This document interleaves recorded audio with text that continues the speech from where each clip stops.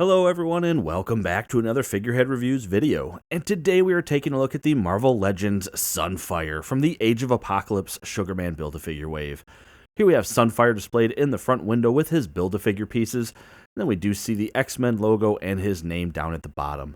On the side we get some artwork of Sunfire flying towards us, and that is going to be the same artwork on both sides. On the back we get a product shot there of Sunfire, and then we do have a read-up.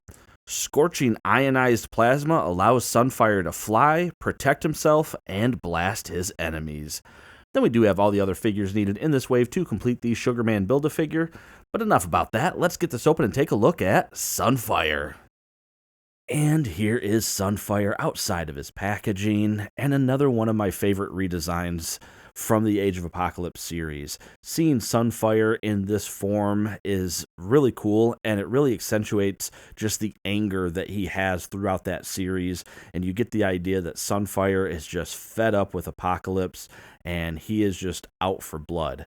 I also really like the care that they did to still make it recognizable as Sunfire in the respect that he shows for his country and having that rising sun on his mask. So I think Marvel did a really cool job with that redesign, and Hasbro really did a good job with this figure.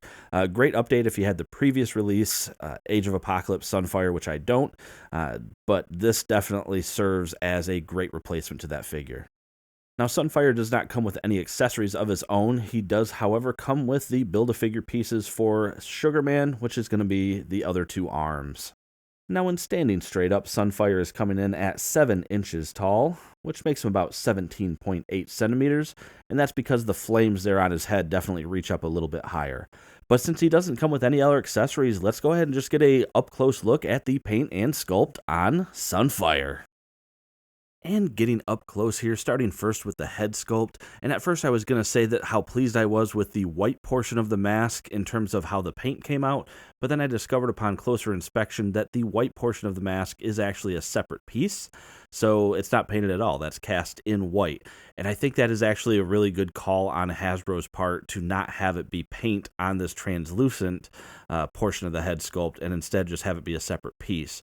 But I am thankful that the rising sun came out mostly on target. There's a little bit of a miss there on the lower side here, but for the most part, it is spot on, no pun intended there. But it looks great and really well done. Now, looking at the rest of the head sculpt, I really like how they did the flames here. I love the use of the translucent plastic, and when I kind of cover up more of the light, you could really see the fade from the yellow to the orange in here. So really well done, and it's kind of hard to see a lot of the finer details of this sculpt just because of that translucence, but it still looks really good, and I like it a lot. Going down to this collar piece here, I got a little bit of some issues with some paint there. Didn't quite adhere, but otherwise, you get the collar piece with those large rivets that Morph has too, and of course Magneto and so many other characters have on collar pieces. And that is going to be glued on. This doesn't come off, and then the flames there around the neck are going to be attached to that, and well, not attached, sculpted into that. And again, we see some more orange on there. This piece is very heavily orange when compared to the rest of the body. But it still looks very good. It's not that contrasting because it does look like flames, whereas, of course, the body is coming off as being more sort of emanating that plasma, as the bio described. Looking down at the body, so we do get that updated buck there with the Spider-Man 2099 or Bullseye body, which is a great body. It's the same one that we got with Morph, and it is used to great effect here. And we do have some simple paint going around on the figure, just all the various black marks and varying degrees of success. Some of them, there was one that kind of, right around the arm, again, a little bit splotchy. And then on this arm, a little bit splotchy again. And then on the subject of the arms, too, you get some flames sculpted in there, which I'd have to look. I wouldn't be surprised if Human Torch has those flames. Same thing with the fist. I don't remember the fist and the open hand. Are those the same as Human Torch? I honestly don't have my Torch figure next to me, but I would imagine they probably are. But we see the flames again on the forearm there. And then just more paint going down on the legs. But again, we can see just little imperfections. So the flashing there made it so the paint didn't quite adhere. And you get like little, just again, almost like faded parts where the paint didn't really apply very well.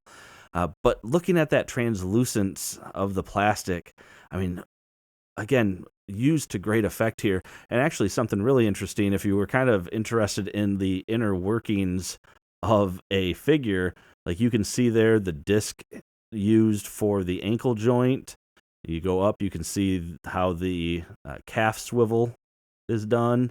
The discs used in the legs or the knees. We could probably see the pins there on the thighs. Yeah, there they are. And then all the different stuff going into the hip joints there. What else we got? What else can we see in here? There's a lot going on in there. It's kind of hard to see.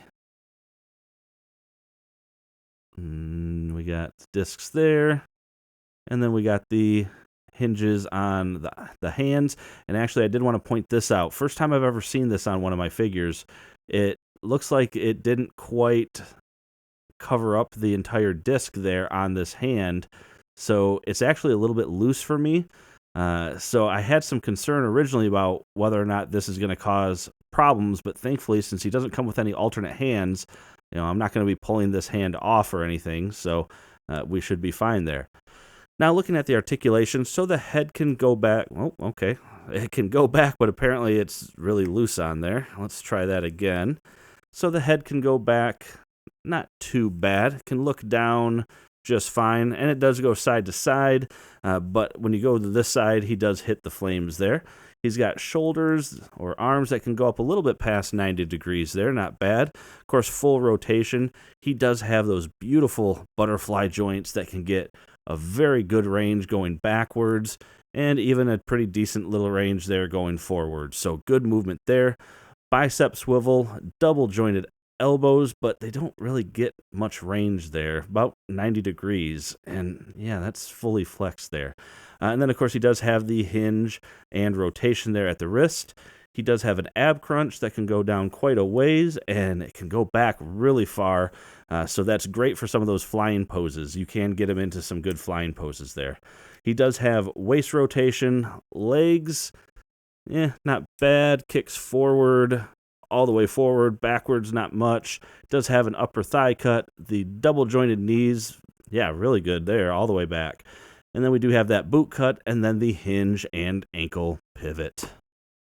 And that about does it for this video, everyone. And overall, Hasbro really knocked it out of the park with this figure. They used a really good buck for him. They have very good sculpt work, which, I mean, it's minimal sculpt work that was necessary, but it's really well done. And I love the use of the translucent plastic and the fade from the yellow to the orange on just the arms here and the head. And, I mean, the minor imperfections in the black paint honestly aren't even noticeable from a distance and when you have them posed. So yeah, Hasbro really did a killer job with this figure. I think it came out fantastic. So certainly a great addition for the Age of Apocalypse series. And like I said, among one of my favorite redesigns along with Beast for the Age of Apocalypse series. But anyway, that is it for this video, like I said. So, with that being said, make sure to give it a thumbs up if you like it. Subscribe for more content just like this. Stay tuned. We're going to be building the Sugarman Build-A-Figure next. But anyway, thanks for watching my video, and have a great day.